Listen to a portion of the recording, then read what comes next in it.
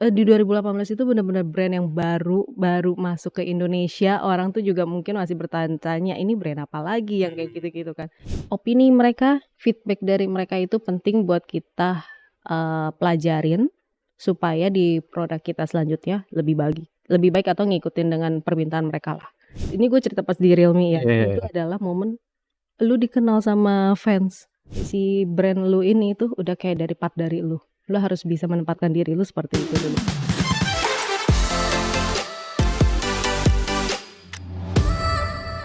Halo Sahabat Tech, balik lagi ke podcast Tech Talk. Nah, pada kesempatan kali ini nih, kita kedatangan seorang tamu yang sangat cantik, yakni Krisva Agneska. Nah, beliau ini adalah lead PR-nya dari Realme Indonesia. Halo Mbak Krisva, apa Mas kabarnya? Chandra, apa kabar? Baik dong. Terima kasih nih udah datang di podcastnya Tech Talk. Mm-mm. Nah, pada kesempatan kali ini nih kita Mm-mm. bakal ngobrolin nggak terlalu dalam ya mengenai Realme, karena kita tuh pengen membahas soal leader, terutama female leader di Oke, perusahaan teknologi di iya. Indonesia. Nah, topik yang kita mau bawa Mm-mm. sebenarnya hari ini tuh soal itu. Nah, Oke, kalau gitu kita mulai aja Mbak boleh pembahasannya. dong, boleh banget. Nah, untuk pertanyaan pertama nih Mbak, Oke. Mbak Fafa itu bisa nggak sih menjelaskan bagaimana tuh Mbak Fafa Mm-mm. dalam memimpin dan mengelola tim PR-nya Realme? Karena kita nggak bisa pungkiri dong kalau misalnya di perusahaan teknologi itu kan biasanya banyaknya cowok ya. Iya, Nah, iya. Mbak Fafa itu kan cewek. Nah, gimana sih Mbak rasanya kerja jadi lead PR di Realme gitu? Apalagi di dunia teknologi Iya, ya, betul. jarang banget pasti ada ya. Jangan. Mungkin aku sedikit cerita, flashback dikit deh. Jadi aku itu sebenarnya udah terjun di dunia maksudnya di bidang teknologi, di industri teknologi itu udah lumayan lama. Karena dulu aku pas pertama itu kan kerjanya tuh di PR agency dan kebetulan kliennya juga teknologi dan smartphone juga. Oke. Jadi pas begitu masuk ke Realme itu kayak udah nggak asing sebenarnya gitu kan. Nah, dan kalau sejarahnya lagi tuh aku udah di Realme itu bisa dibilang hampir 5 tahun karena aku join tuh dari sebelum Realme masuk ke Indonesia. Jadi dari 2018 tuh aku udah join. Jadi kalau mau dibilang lumayan di awal-awal sih lumayan challenging juga sih sebenarnya untuk bisa jadi, tim PR di Realme gitu kan, terus yang manage juga, jadi manajer gitu kan. Itu lumayan challenging di awal-awal karena kenapa challenging-nya, karena balik lagi, Realme itu adalah brand baru. Betul. Iya, itu kan, di 2018 itu benar-benar brand yang baru masuk ke Indonesia, orang tuh juga mungkin masih bertanya-tanya, "Ini brand apa lagi?" Yang kayak gitu-gitu kan. Itu lumayan challenging di awal-awalnya. Tapi, surprisingly pas begitu kita launching yang pertama kali di Indonesia itu, feedback atau impression-nya itu luar biasa sih. Maksudnya banyak yang ternyata somehow, justru tertarik sama kita yang kayak gitu. Nah, mulai dari situ akhirnya mulai sedikit pede lah. Akhirnya pede juga gitu. Oh, berarti brand kita nih diterima dengan baik nih gitu kan. Terus akhirnya lanjut ke, launching berikutnya dan yang produk-produk selanjutnya. Kalau masih inget dulu tuh kita awal-awal tuh termasuk yang lumayan rajin launching. Iya, benar. Setiap Salah bulan satu. selalu ada Iya, ya. benar. Mulai dari situ akhirnya lumayan pede kan dengan produknya. Wah, berarti Realme emang sukses nih akhirnya masuk ke Indonesia. Tapi emang dipungkiri kita di awal-awal juga akhirnya kan bisa jadi top 5 pemain di Indonesia kan. Betul. Mulai dari situ akhirnya mulai lebih pede lagi. Nah, dari situ kalau ngomongin soal gimana cara memimpinnya ya balik lagi sih. Ya karena kita dari awal akhirnya berhasil. Nah, dari situlah kita akhirnya nerapin ke tim juga gitu kan. Terutama di bagian PR itu ya kayak ya udah kita lakukan apa yang emang sudah kita jalankan selama ini gitu loh. Benar-benar karena emang terbukti kita bisa diterima di setiap campaign, di setiap produk yang kita luncurin itu kan istilahnya ya pasti memang ada keunikannya masing-masing kan. Tapi maksudnya aku tuh kayak jangan dilupakan dengan yang intinya gitu. Karena balik lagi maksudnya intinya itu kayak tahulah kita produk smartphone, teknologi. Jadi jangan dilupakan ke basic-nya kita, root-nya kita gitu loh. Maksudnya kayak ke teman-teman media yang teknologi, terus juga influencer yang teknologi itu jangan dilupakan. Walaupun kita tetap harus nih mengeksplor yang baru. Jadi maksudnya aku selalu ingetin jangan pernah lupakan dengan yang dasar. Karena dari mereka nih kita bisa jadi seperti ini, yang kayak gitu sih. Paling gitu. Nah, tadi kan udah kesebut nih kan kalau ya kerja sebagai wanita itu di dunia pria itu kan Oh. challenging. Nah, kalau menurut Mbak Fafa sendiri nih, apalagi sekarang kan udah posisinya udah lead PR kan ya. Ada nggak sih tantangan spesifik yang diterima sama wanita nih, terutama ya di dunia teknologi yang dipenuhi dengan pria Iya. gitu loh. Apa sih tantangan yang kayak Mbak Fafa ngelihatnya tuh, wah ini cuman terjadi hanya pada wanita gitu loh. Tantangannya sebenarnya sebenarnya sih lumayan umum sih. Lebih ke stigma kalau perempuan Stigma. itu nggak mengerti teknologi. Hmm. Itu lumayan apalagi di awal-awal sih, itu banyak lumayan kayak emang ngerti gitu loh. Lu cewek tapi emang lu ngerti tentang chipset lah, tentang sensor segala gitu. Emang lu bisa ngerti yang kayak gitu. Itu stigma yang emang masih ada sih sebenarnya sampai sekarang. Cuman balik lagi sih kalau dari aku sendiri supaya stigma itu nggak ada, research sendiri, Riset sendiri. belajar sendiri gitu. Ya karena kan maksudnya tren teknologi apalagi kan itu kan setiap tahun lah, entah setiap tahun, entah setiap berapa bulan itu akan selalu ada yang baru, nggak akan pernah berakhir lah inovasi teknologi itu kan. Jadi aku kayak selalu terapin ke diri aku sendiri, jangan sampai ketinggalan nih, gitu loh. Jadi kayak, ya walaupun lu nggak ngerti nih, misalnya tiba-tiba pas lagi di-brief ada produk baru mau launching, wah ini apa lagi nih, ada teknologinya yang baru gitu kan. Ya akhirnya, cari tahu sendiri, belajar sendiri Sendiri sih, ya? gitu intinya. Nah dari situ akhirnya kan akhirnya aku sampai sekarang tuh bisa mengerti setidaknya tentang teknologi gitu kan. Nah dari situlah aku akhirnya mencoba untuk kayak, jadi aku nggak mau sebut public figure juga, tapi lebih kayak belum sampai seperti itu. Jadi lebih kayak yang kayak nunjukin ke fans, terutama Realme fans gitu kan. Orang-orang juga, cewek juga bisa loh gitu. Lu mau tanyain soal teknologi juga gue masih bisa gitu loh. Walaupun ya mungkin gue nggak akan bisa sedalam itulah gitu. Iya. Ya kan, tapi at least gue bisa tahu. Misalnya lu lagi ngomong sama gue tentang chipset lah, performance-nya, benchmark-nya, at least gue tahu Iya. gitu. Itu yang selalu gue terapkan diri gue. Jangan sampai pas mereka ngajak ngomong gue kayak, Iya. apa ya, yang kayak gitu sih. Itu yang selalu gue terapkan. Jadi itu cara gue gimana mengusir stigma kalau cewek itu nggak bakal bisa deh di dunia teknologi. Itu sih cara gue. Gitu. Gue lu aja ya, Iya nggak biar apa-apa. santai ya. Aman. Iya. Nah, kita tahu ya kalau misalnya di dunia PR agency itu atau ya nggak cuman PR agency internal atau eksternal ya, dua-duanya juga itu kan kita harus berhubungan dengan banyak orang ya. Oke. Nah, kalau Mbak Fafa itu ada nggak sih cara-cara khusus gitu loh? Bagaimana cara mendekatkan diri ya, terutama kan Mbak Fafa mewakili Realme ya, dengan pihak lain. Kan ya kita tahu kalau misalnya vendor itu kan pasti berhubungannya dengan media, kalau nggak dengan influencer. Nah, kalau Mbak Fafa ada nggak strategi khusus gitu loh dalam pendekatannya dengan media dan influencer gitu? Iya, balik lagi sih kayak yang tadi gue bilang, karena kita itu kan istilahnya harus mendekatkan diri nih ke teman-teman media, teman-teman influencer semua gitu, kita harus mendekatkan diri. Salah satu dari aku sih caranya adalah nyambung dulu deh sama mereka. Oh gitu. Apalagi maksudnya kalau di dunia smartphone teknologi gini kan tahu teman media utamanya balik lagi teman-teman teknologi gitu kan. Influencer juga pasti yang teknologi gitu kan. Jadi gue selalu bilang at least gue kalau ngobrol sama mereka gue harus ngerti gitu. Gitu loh. Jadi jangan sampai pas mereka nanya lebih detail gitu gue yang kayak balik lagi kayak tadi gue. Jangan sampai kayak gitu, gue selalu menerapkan kayak gitu. Jadi ya balik lagi ya gue cara mendekatkan ke mereka ya itu dari diri gue sendiri, gue harus belajar dulu gitu, gue tahu dulu baru pas ngobrol sama mereka jadinya setidaknya nyambung gitu kan, dan gue juga paham tentang brand, jadi pas mereka nanya tentang Realme-nya sendiri deh gitu gue bisa jawab gitu, nggak yang kayak gue nanti gue coba tanya ya gitu, jangan sampai yang kayak gitu. Itu yang selalu gue terapkan di diri gue sih gitu.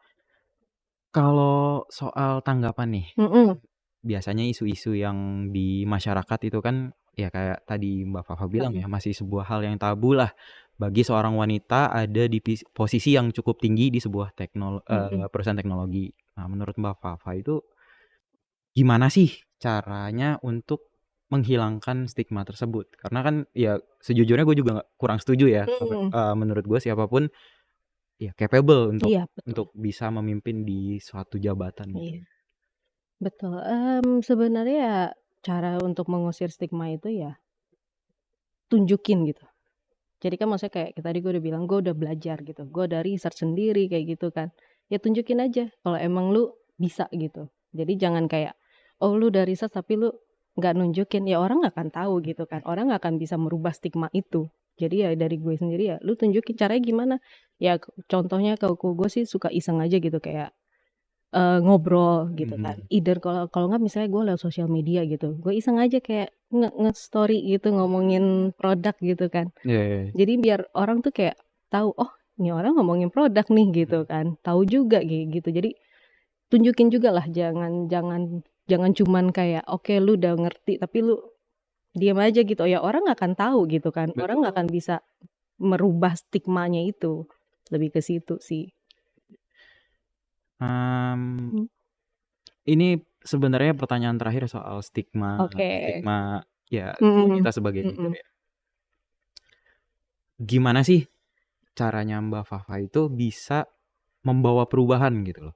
Kan kadang-kadang kan kalau kita ngelihat kan di luar ya, Mm-mm. itu kan biasanya yang yang nge-lead itu kan cowok. Cowok itu Oke. kan biasanya tegas ya. Dan dia tuh bener-bener kayak kita harus begini untuk berubah gitu. Nah, kalau Mbak Fafa sendiri gimana caranya biar wanita di posisi yang tinggi ini bisa menginfluence gitu loh bawahannya? Kalau gue sih gue nggak mau kayak selalu gue nggak mau menjadikan karena gue perempuan gitu. Jadi gue nggak mau kayak ada diferensiasi. Gue akan selalu membaur. Misalnya ada tim gue walaupun cewek ataupun cowok, gue akan ya udah kita anggap aja kayak emang kita punya posisi gitu. Jadi gue nggak mau kayak bikin seolah-olah kayak ini dari perspektif cewek nih, sedangkan lu dari perspektif cowok. Enggak, gue nggak mau kayak gitu. Gue akan selalu kayak melebur lah ceritanya gitu. Jadi biar kita punya satu pemahaman kayak gitu. Jadi kadang soalnya kan ya memang kalau di bawah kepemimpinan cowok pasti tegas, itu gue akuin. Emang gue udah ke beberapa kalau cowok itu pasti tegas banget gitu kan. Nah cuma kalau di cewek menurut gue lu bisa tegas tapi lu harus mengerti juga sama tim lu. Jangan sampai lu tegas tapi malah jadi kayak nanti dari tim lu juga kayak kayak gimana ya kok begini ya, kayak jangan sampai kayak gitu loh. Jadi kayak bener-bener ya lu coba melebur dengan mereka gitu loh. Intinya jadi satu aja gitu biar satu pemahaman.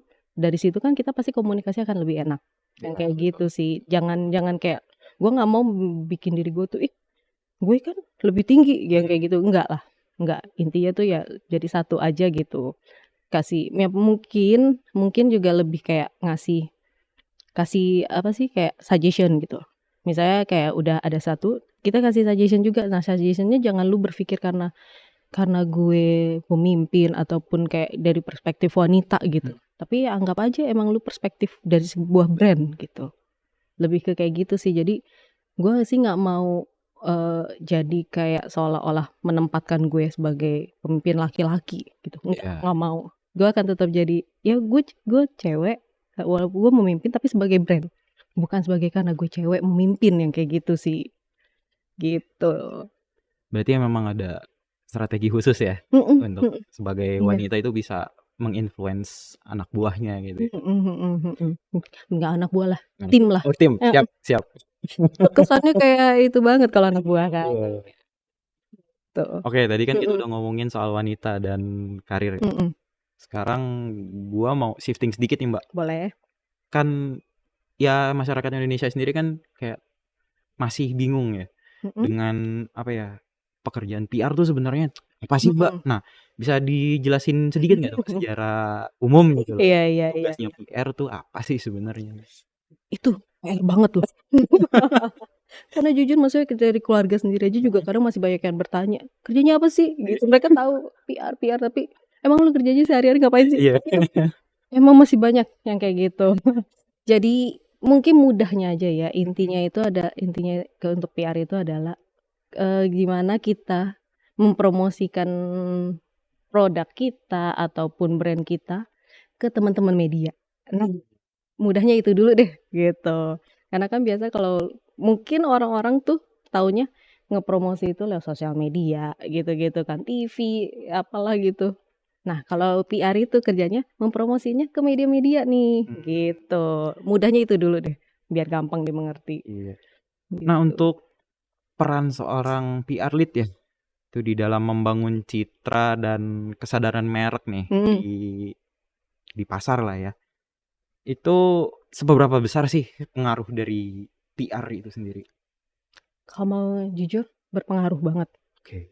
Terutama lebih ke impression Impression. masyarakat juga. Karena kan ya tadi tugasnya PR, kita ngepromosiin barang kita atau produk kita atau brand kita ke teman-teman media. Nanti teman-teman media yang akan menulis tentang kita, ya kan? Mhm. Nah, kalian biasa kalau nyari info dari mana? Dari artikel media juga kan? Nah, itu jadi caranya itu adalah sebisa mungkin kita menjalankan relation yang baik dengan si media tersebut, terus juga kita ngasih informasinya yang jelas, Mhm. apa yang jadi message utama kita gitu kan. Nah, dari situ pasti nanti akan artikel yang ditulis sama media itu pasti akan sesuai setidaknya, ya kan. Dari situ pasti tersampaikan. Hmm. Nah, jadilah seperti itu kurang lebih. Oke. Kalau tantangan utama nih, tantangan Mhm. utama sebagai PR lead itu di dunia yang kayak smartphone itu kan sekarang dunianya tuh makin ketat ya, Mhm. persaingannya ketat. Mhm. Setiap bulan ya bisa kita bilang hampir setiap 1 atau 2 bulan sekali itu Mhm. kan vendor ngeluarin baru gitu kan. Nah, tantangannya apa sih sebenarnya yang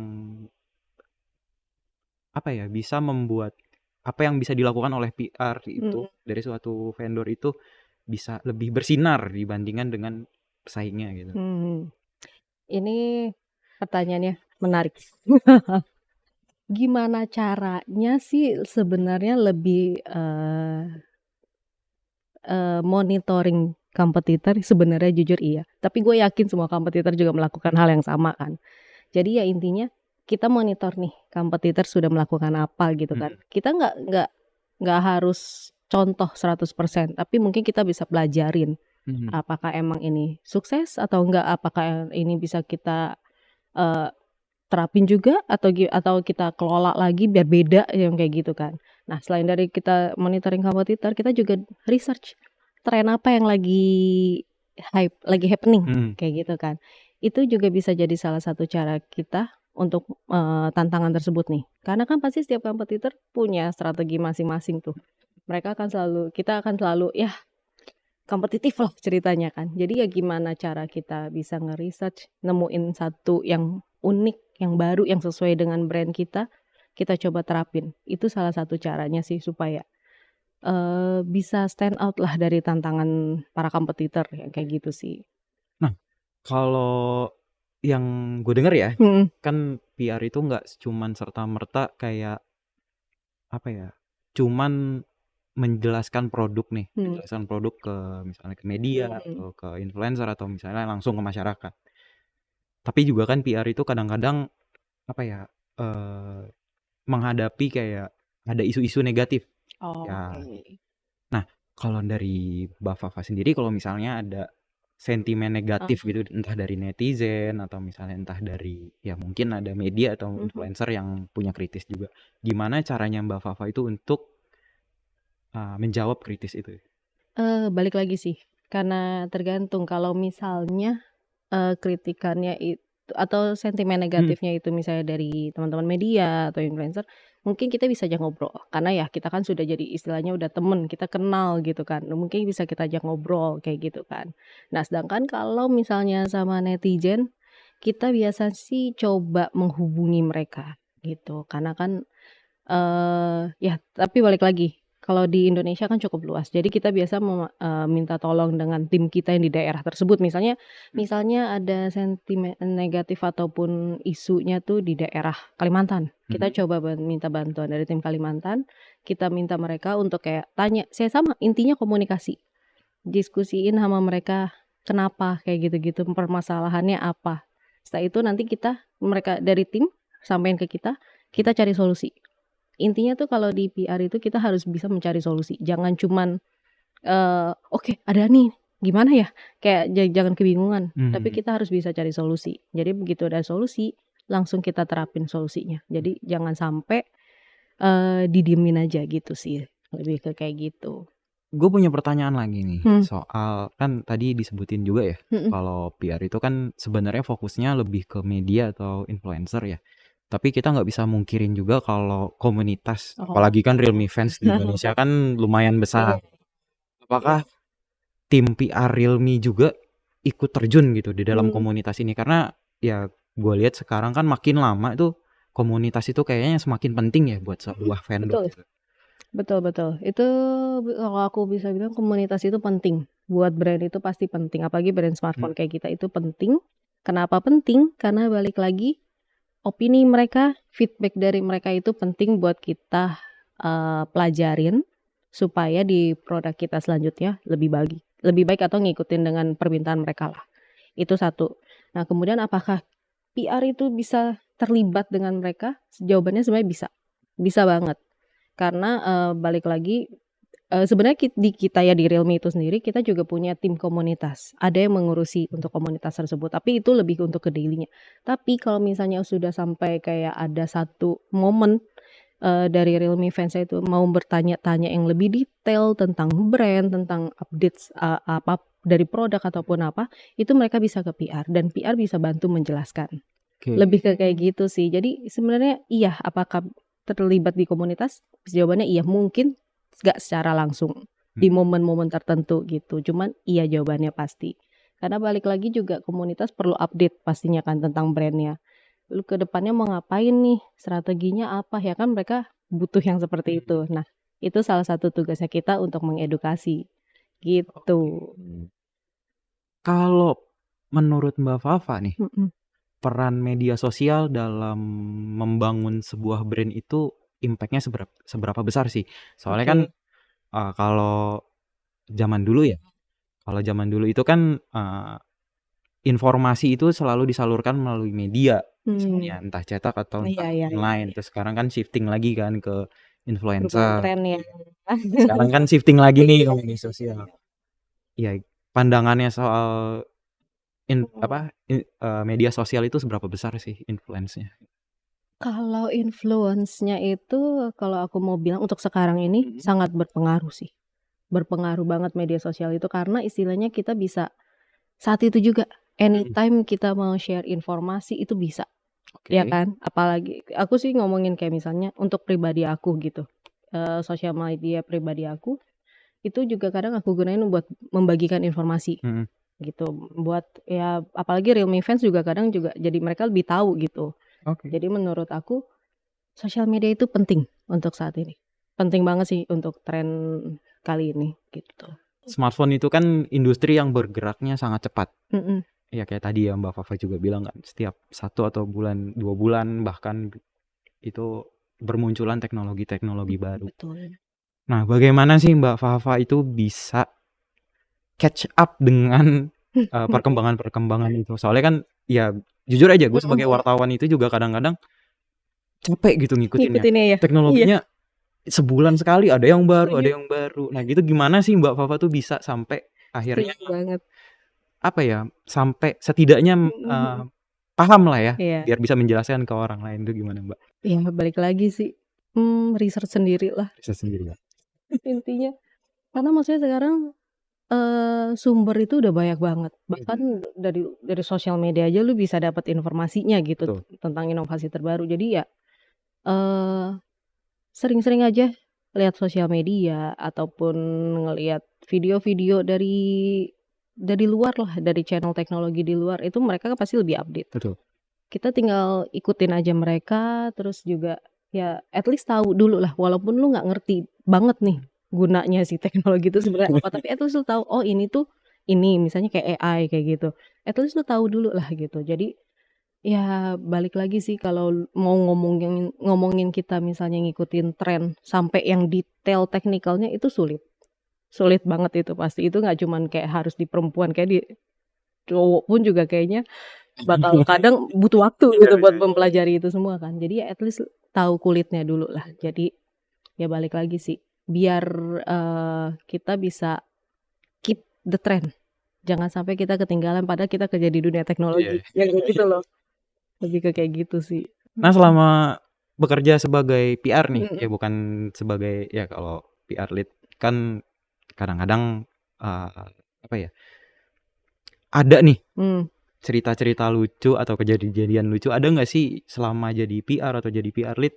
Mbak Fafa itu kayak, wah ini menurut gue berkesan banget nih. Ada? Momen berkesannya. Iya, berkesan. Berkesannya sih sebenarnya kalau mau dibilang dari awal gue di PR, sebenarnya kan gue dari awal sampai sekarang tetap di PR, cuma satu di agency Iya. sama di sisi brand gitu. Paling unik itu adalah pas saat di brand sih. Pas saat lu menempatkan diri lu di brand itu momennya cukup unik, dan yang paling unik itu adalah momen ini gue cerita pas di Realme ya. Iya. Itu adalah momen lu dikenal sama fans. Oh gitu. Iya, menurut gue karena maksudnya kan selama ini lu nggak ada hubungan dengan fans gitu kan. Ya kan, paling lu relationnya sama media, influencer gitu-gitu kan. Tiba-tiba fans jadi nge-follow lu, nungguin update dari lu juga, bahkan suka nanya-nanya juga, nanya-nanya update direct langsung gitu. Ya balik lagi di sosial media itu kan. Mereka tuh jadi kayak tiba-tiba kayak langsung interaksi gitu kan. Maksud gue, oh ternyata lucu juga ya kalau di sisi brand yang punya fans itu ternyata mereka cukup jadi ngikutin ke gue juga gitu loh, yang kayak gitu sih. Jadi menurut gue itu cukup unik gitu. Karena basicnya gue kan selalu sama media doang gitu kan. Tiba-tiba berarti gue juga harus mulai kayak ngerangkul si fans ini nih. Jadi gue cuma ngerangkulnya cuma bukan di media ataupun di fans lagi, tapi gue harus sama itu balik lagi sih komunitas itu. Yang kayak gitu sih. Itu cukup unik menurut gue. Nah, tadi kan Mbak Fafa bilang ya, udah pernah kerja sebagai PR eksternal dan bekerja sebagai PI internal nih. Ada nggak sih perbedaan yang, maksudnya kayak tugasnya itu sangat berbeda nggak sih antara kerja di PR eksternal dan PR internal? Beda. Beda. Gue akuin cukup berbeda sih. Berbedanya itu lebih ke perspektif. Perspektif dan juga ya lebih ke gimana ya. Kalau dari segi agency lah kita atau eksternal dari brand itu, lu lebih kayak mensuggest gitu kan. Ya kan, lu ngasih suggestion karena lu istilahnya kan kayak jadi advisernya si brand gitu kan. Jadi lu harus bisa ngasih suggestion. Sedangkan kalau sudah di internal atau di segi brand, lu bukan mikirin suggestion lagi. Ngeplan. Strategi, ngeplan komunikasinya gimana. Itu perbedaannya. Jadi bisa dibilang cukup beda sih. Jadi lebih berat mana nih? Aduh, gimana ya? Ya ada tantangannya masing-masing lah. Ya kalau mau ngomongin berat, dua-duanya berat juga. Karena kalau dari agency, lu harus nurutin klien gitu kan. Harus mengerti klien gitu. Tapi di satu sisi di brand, lu beratnya lu harus kayak jadi mastermind, lu harus mikirin ini, mikirin itu gitu, ngeplannya itu. Jadi ya ada beratnya masing-masing lah. Tapi kalau lebih seru yang mana ya kalau misalnya ngelihat? Kalau mau jujur, lebih seru di brand sih. Di brand ya? Seru, lumayan seru karena macam-macam lah. Apalagi kan maksudnya setiap produk itu punya challenge-nya masing-masing. Setiap campaign juga pasti ada challenge-nya masing-masing. Jadi di brand cukup menarik sih. Nah, pertanyaan terakhir buat segmen yang ini ya. Kalau menurut Mbak Fafa nih, apa aja sih kriteria yang harus dimiliki seseorang untuk bisa sampai ke posisi PR lead? Baik itu wanita atau pria ya. Gue nggak mau jadi kayak seolah-olah gue guru gitu ya. Ini gue cuman pendapat gue pribadi. Kalau dari gue sih yang penting lu bisa mengerti banget sama brand lu, dan lu tuh istilahnya sudah menempatkan lu adalah part dari brand. Gitu loh maksudnya. Karena masih ada aja pasti orang-orang tuh yang kerja ya sekedar gue kerja, gue ngelakuin tugas gue dapat gaji. Masih ada orang-orang yang kayak gitu. Jadi menurut gue tuh orang-orang kayak gitu masih belum capable pasti. Jadi kalau menurut gue tuh lu harus benar-benar udah kayak si brand lu ini tuh udah kayak dari part dari lu. Lu harus bisa menempatkan diri lu seperti itu dulu. Jadi kayak net duluan gitu ya. Lu jadi kayak benar-benar udah istilahnya anytime brand butuh lu lu harus ready. Oh. Lebih yang kayak gitu sih. Oh. Iya, jadi kayak lu udah nggak perhitungan. Menurut gue sih itu salah satunya yang udah bisa sih menurut gue.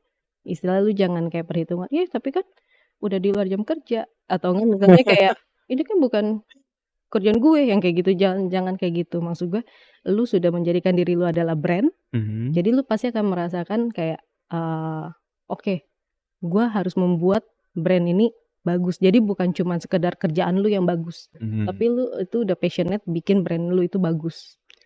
Gitu sih menurut gue ya. Jangan menganggap saya sebagai guru. Cuma men-sharing Iya, kan kita kan pendapat. sekarang Iya. sharing opini aja ya. Iya, betul sekali. Gitu. Oke, kita masuk ke segmen selanjutnya nih Mbak ya. Oke. Ini pertanyaannya agak sedikit personal ya. Boleh. Kan tadi udah ngomongin soal wanita di apa namanya menjadi pemimpin, terus pekerjaan PR. Nah, sekarang kita ngobrolin soal work life balance. Oke. Nah, seperti yang gua tahu ya, kalau PR itu kan sama ya kayak media, kerjanya bisa sampai 24 jam nonstop. Betul. Apalagi kalau mau ada event, Betul. pasti kan harus menyiapkan kayak banyak hal kan. Betul. Nah, kalau dari Mbak Fafa sendiri itu sebagai wanita ya, itu menjelaskan kepada keluarga atau kepada suami atau kepada anak itu gimana? Kalau wah gue misalnya saya harus pulang malam nih kan, tapi kan orang tua dan suami itu kan suka khawatir. Nah, Mbak Fafa itu menjelaskan ke mereka itu gimana sih? Kebetulan keluarga sih lumayan, dari keluarga aku sih lumayan bukan keluarga yang terlalu strict banget juga gitu. Yang penting kalau dari keluarga aku itu mereka lebih penting bisa istilahnya kayak tahu diri sendiri lah. Maksudnya kalau emang udah nggak kuat atau gimana, ya lu udah gede kan, ya lu tahulah sendiri kemampuan diri lu. Kalau emang udah nggak bisa, ya udah lu harus istirahat ya kayak gitu. Jadi mereka lebih kayak mempercayakan ke aku sendiri aja gitu. Tapi sih selama ini nggak ada masalah sih, karena mereka juga mengerti kayak yang penting ngomong aja misalnya kayak, "Oh hari ini harus lembur nih," gitu kan, ternyata banyak kerjaan gitu, atau gimana ya, at least ngasih kabar aja, udah. Nggak perlu harus yang gimana. Nah sedangkan kalau untuk menyeimbangin, ya kita kan pasti ada waktu weekend gitu-gitu coy. Nah saat waktu weekend itu aja, bareng keluarga, kalau enggak ya menghibur diri sendiri aja.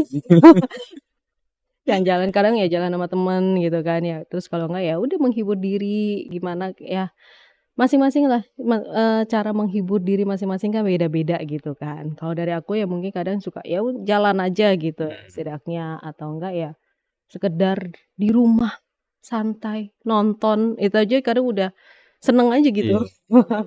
Iya jadi ya at least harus, kalau bisa sih menurut aku kalau emang ada waktu kayak libur gitu kan, terutama mungkin di saat lagi nggak sibuk gitu kan, itu dimanfaatkan sebaik mungkin. Gitu sih. Karena kalau kayak udah kayak di aku tuh kadang kalau lagi ada campaign, lagi mau launching itu ya bener banget. Itu hektiknya lumayan banget kan. Jadi ya mungkin di saat hektik ya udah fokus sama kerjaan, tapi nanti begitu selesai atau lagi agak free, maksudnya dari segi timeline-nya udah agak free, ya dimanfaatkan kalau lagi libur gitu. Jangan di-push-push terusan gitu sih. Tetap harus ada waktu buat sendiri-sendiri lah. Nah, kalau kan untuk apa ya, jadi menaiki jenjang karir itu kan susah ya Mbak ya. Apalagi sekarang Mbak Fafa udah jadi lead PR di Realme. Apa aja sih pengorbanan yang udah Mbak Fafa lakukan sampai bisa di posisi yang saat ini? Kalau ngomongin pengorbanan, aku bisa bilang waktu sih. Pengorbanan waktu itu jadi salah satu faktor aku yang paling banyak sih. Karena emang aku merasakan itu saat sudah di brand dan udah kayak jadi manajer dan lead kayak gini tuh, waktunya jadi lebih ekstra. Karena tuh jadi kayak ya hal yang diurusin tuh nggak cuma satu, nggak cuman kerjaan tok, tapi udah banyak banget sih. Kadang tuh kayak dari istilahnya tuh nggak cuma di PR, kadang tuh juga kayak udah dititipin coba bantuin juga nih untuk yang ini gitu, yang kayak gitu-gitu sih. Jadi ya bisa dibilang pengorbanan waktu cukup banyak, tapi ya balik lagi, ya itu yang tadi aku bilang kalau kita sudah merasa jadi part dari brand itu nggak akan berasa sih. Iya, Oke. sebenarnya itu sih gitu. Ya yang penting ya balik lagi jangan perhitungan lah, Oke. gitu. Kalau arti kata sukses bagi Mbak Fafa itu sendiri Mhm. gimana sih? Kalau ini aku pribadi ya, Mhm. kalau menurut aku itu adalah saat, kerjaan lu atau yang lu plan, kerjaan yang udah di-plan, itu semua dikenal sama orang-orang, orang-orang notice, terus sama juga kayak, dari lu sendiri juga bisa dikenal gitu, karena lu bisa dikenal sukses karena apa yang telah lu kerjakan. Oke. Itu bisa dibilang cukup membanggakan sih gitu. Nah, pertanyaan terakhir nih Mhm. sebelum kita tutup podcast hari ini, Oke.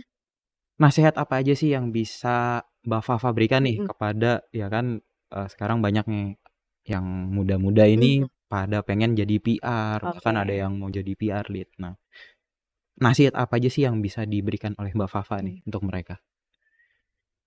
Buat masih muda-muda nih ya? Iya.